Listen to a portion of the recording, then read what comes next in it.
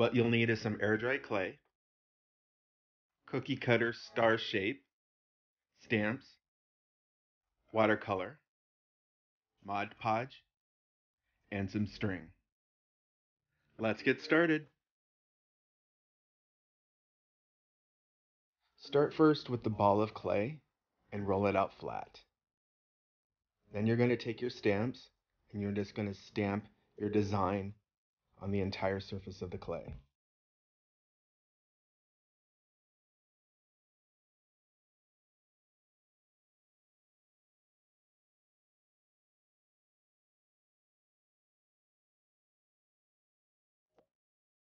After you cut out your shapes, do not forget to make a hole at the top so the string can go through, and allow your clay to dry for at least 24 hours.